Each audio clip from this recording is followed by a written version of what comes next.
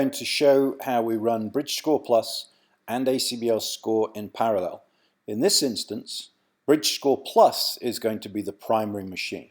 By that I mean it is the machine that is going to do the assignments. So we're going to start a brand new Swiss. I'll set the start time to be 11 o'clock. And my setup is normal.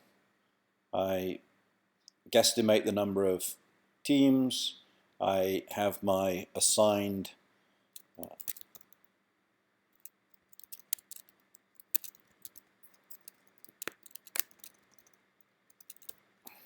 I'm going to use CDE as the round robin if we need one. I get round 1 set up automatically. So by default I'm ready. I've got 16 teams and the players see the display. So this is the equivalent of setting up the rack. When running in parallel, we're going to be using Bridgescore Plus for being the display for the assignments. So we don't need the rack, we don't need the Jeffries chart. So we have everything set up. Scores start to come in.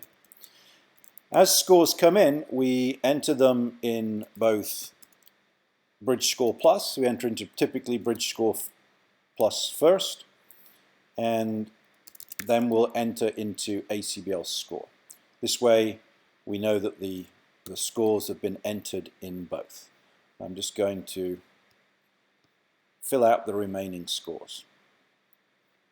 I'm going to bring up round 2 in a separate tab. I'll just move this next to us. So in round 1, ask it to recompute that state, so all the ones have been assigned. Now in round 2, I ask Bridgescore Plus, not ACBLscore, to do all the assignments. So it has done all the assignments, and I'll reload the information on the projector. We have all the results in for round 1, and we've started to enter round 2. So round 2 shows up with the assignments, and it is Bridgescore Plus that did those assignments. You've already seen the video on running in parallel where ACBLscore is the primary. This is where we would go ahead and change all the teams. Now, when we enter information into ACBLscore and also Bridgescore Plus, there is the possibility that the information is misentered. So to check, we do the view scores by round. This prints the equivalent of the Jeffries chart. The other way of running in parallel is to enter the scores into, we're now done with round 1, we can put this onto round 2, is we enter all the scores, and I'm going to use the training mode to enter all the scores for round 2. So this is all the scores for round 2. I'm going to get ready for round 3. I'm going to ask it to update.